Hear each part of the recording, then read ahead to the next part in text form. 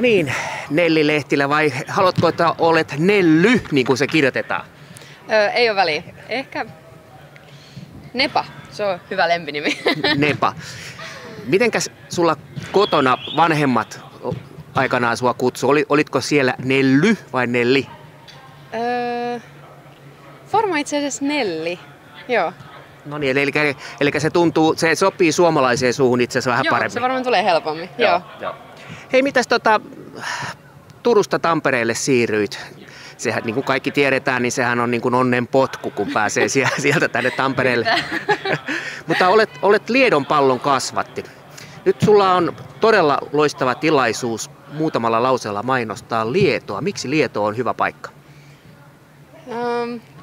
Se on turvallinen ja siellä riittää tekemistä. Se oli turvallinen kasvupaikka nuorille. Hienoa. Turusta ei vitsi kysyä, koska sieltä ei välttämättä löytyisi. On se kiva paikka. On se ihan. Kesällä kaunis kaupunki. Joo, on. Mitäs nyt Tampere on tullut jonkin verran tutuksi, ainakin osaat Pirkkahallille jo tulla ilman Google Mapsia, mutta mitäs muuten, onko vielä outoa liikkua Tampereella? Joo, mun mielestä tiet menee ihan miten sattuu tää. Turussa ne meni mun mielestä selkeämmin, mutta muuten kyllä mä vähän oon oppinut jo tunnistamaan, että missä päin on mikäkin täällä. Turussa ehkä tarvii olla vähän yksinkertaisemmat ne tietkin, että siellä osaa paikalliset liikkua. No, se oli just hyvä mulle. Mitä sitten, muutama pelikin on tullut pelattua ja olet saanut tulostakin aikaa. Siellä on maaliverkot pöllynnyt. Miltä itse sopeutuminen joukkueeseen ja Ilveksen pelitapaan on sujunut? Olen kyllä päässyt niinku mukaan nyt ja löytää just sellaiset yhteiset sävelet muiden pelaajien kanssa ja ootan, että pääsee vielä paremmin niinku pelin mukaan niinku kavereiden kanssa. Et innolla odotan sitä. Niin se aina vie oman aikansa, että ne kemiat löytyy, kun tulee uuteen joukkueeseen ylipäätäänkin. Joo, samaa mieltä. Et sitä ootan, että sitä pääsee vielä kehittämään ja se, että pääsee tutustumaan myös niinku ihan ihmisiin ja joukkueenlaisiin. Kuinka paljon siinä tavallaan jää teillä pelaajilla aikaa sit tutustua, kun te nyt tapaatte täällä harjoituksissa ja peleissä, siinä on aika minimaalinen se aika jutella niitä näitä mukavia, niin tuleeko vietettyä sitten muuten yhteistä aikaa joukkuetapahtumien ulkopuolella? Joo, kyllä mä oon ollut nyt niinku parin pelaajan kanssa, ollaan käyty syömässä tämmösiä, että kyllä niinku jonkun verran tulee vietettyä aikaa. Ja sitten tietty pukukopis ennen ja jälkeen treeniä, niin pääsee silleen puimaan muita asioita kuin pelillisiä. Mites kun sanot, että ollaan syömässä käyty, niin joko se perinteinen musta makkara on käyty syömässä? Ei ole vielä käyty. Ai hitsi, meidän tarvii johonkin reeneihin tuoda teille junan tuomille tänään vähän mustaa makkaraa. Se olisi muuten hyvä. No niin, pistetään vinkki korvan taakse. Mitäs tää on teillä nyt viimeinen viikko täällä Pirkkahallissa, sen jälkeen pikku hiihtoloma ja sitten siirtyminen sinne Tammelan upealle stadionille. Kuinka paljon itse odotat siitä Tammelan stadionille siirtymistä? Odotan paljon ja uskon, että siellä saa semmoisen uudenlaisen boostin taas tähän pre-seasonille.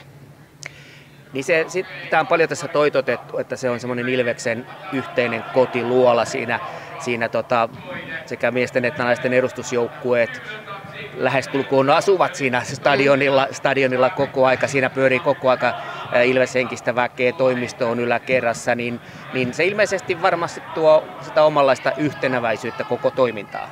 Joo, on samaa mieltä ja mun mielestä se on kiva, että se tuodaan kaikki just sinne yhteen ja siellä se toimii se koko paketti.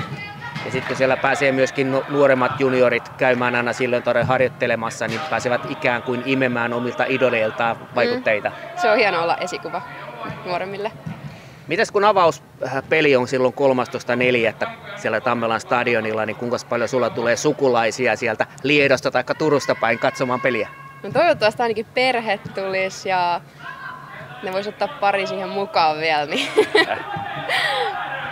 sanotaan, että alle 10 kuitenkin jos tulisi. Niin pistetään tavoitteeksi 15, kyllä sieltä nyt sen verran pitäisi löytää. Se on paljon, mutta toivotaan. Kaikki kannustamaan. Mitä sä pidät sun omina vahvuuksina jalkapalloilijana?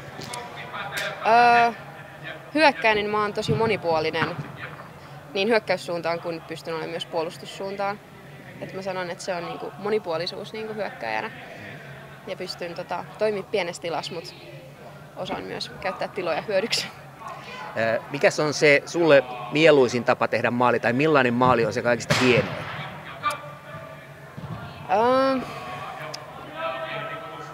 Mä sanoin, että se riippuu pelistä. Että tietty joku voittomaali tai tämmönen, niin se on sitten ihan sama, että millainen maali se on.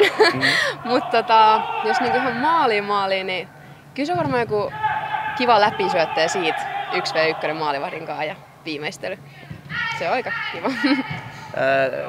Viime pelissä teidän joukkueelta nähtiin aika paljonkin tuommoisia murtavia syöttöjä. Siellä pelaajat haki hyvin paikkaa ja se on ilmeisesti semmoinen asia, mitä teille oli vähän painotettukin. Joo, ja se on mun mielestä hyvä asia, että me pystytään luomaan semmoisia hyökkäyksiä, että löydetään niitä välejä ja osataan mennä niihin väleihin. Niin ei sekään ihan itsestään selvää ole. Siinä tarvii vähän osata peliä lukea ja siinä tarvii myöskin ne kemiat pelaajien välillä toimia. Joo, mä oon samaa mieltä tosta. Mites ihan kauheasti ei tule onneksi sultakaan toi Turun murre, että nämä tamperelaispelaajakin ymmärtää sun puhetta kentällä, mutta ootko sä huomannut, että puhuuko täällä tamperelaiset jotain Tampereen murretta? Itse asiassa mä sanoin, että kyllä mun joukkueelaisilta aika paljon palautet mun puheesta, mutta mä en huomaa itse sitä. Mut en mä tiedä, täällä kun on just tuolta pohjoisemmastakin, niin meni mun mielestä kaikki murteet ihan sekaisin jo mulla.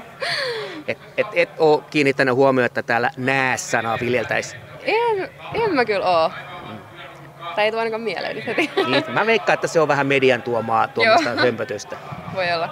Mitäs tavoitteita tälle kaudelle? Henkilökohtaisia tavoitteita? Tietty ehjä kausi hyökkäjänä, onnistumisia hyökkäyspäässä ja sitten mä toivon, että se on jollain tavalla kuitenkin niinku semmoinen nousujohteinen, että pääsee silleen niinku pitää sen tason koko kauden yllä ja siitä vielä yli. Tällä kaudella ainoastaan 4 joukkuetta pääsee sinne ylempään jatkosarjaan.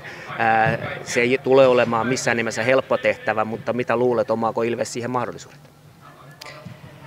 No, vaikea mennä nyt vielä sanoa, kun ollaan tässä vaiheessa kautta, mutta tietty toivon ja kyllä mä niinku uskon meihin. Mutta se vaatii niinku paljon työtä ja paljon onnistumisia ja joukkueelta tulosta. Sitten tämmöinen tulevaisuuskysymys. Mennään ajassa 5 vuotta eteenpäin. Missä sä Nelli pelailet silloin? No sekin on hyvä kysymys. Toivottavasti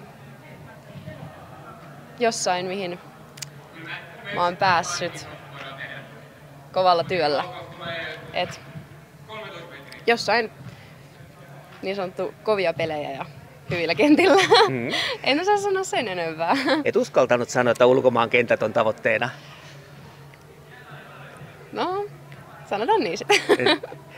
Kyllä on korkealla tavoitteet, mutta ei halua liikaa laittaa painoa niille, kun elämä on mitä se on. Ja aina urheilussakin tapahtuu kaikkea. Eli jalat maassa, mutta katse vakaasti sinne yläviistoon suunnattuna. Joo, kyllä mä sanon, että unelmia aina pitää olla, että lähtee jotain tavoittelemaan. Niin niitä kyllä on. Hienoa kuulla. Kiitoksia Nelli. Tästä ei mitään muuta, kovasti tsemppiä tälle viimeiselle viikolle tänne Pirkkahalliin ja sitten varsinkin sinne uudelle upealle Tammelan stadionille ja koko kaudelle. Yes, kiitos paljon.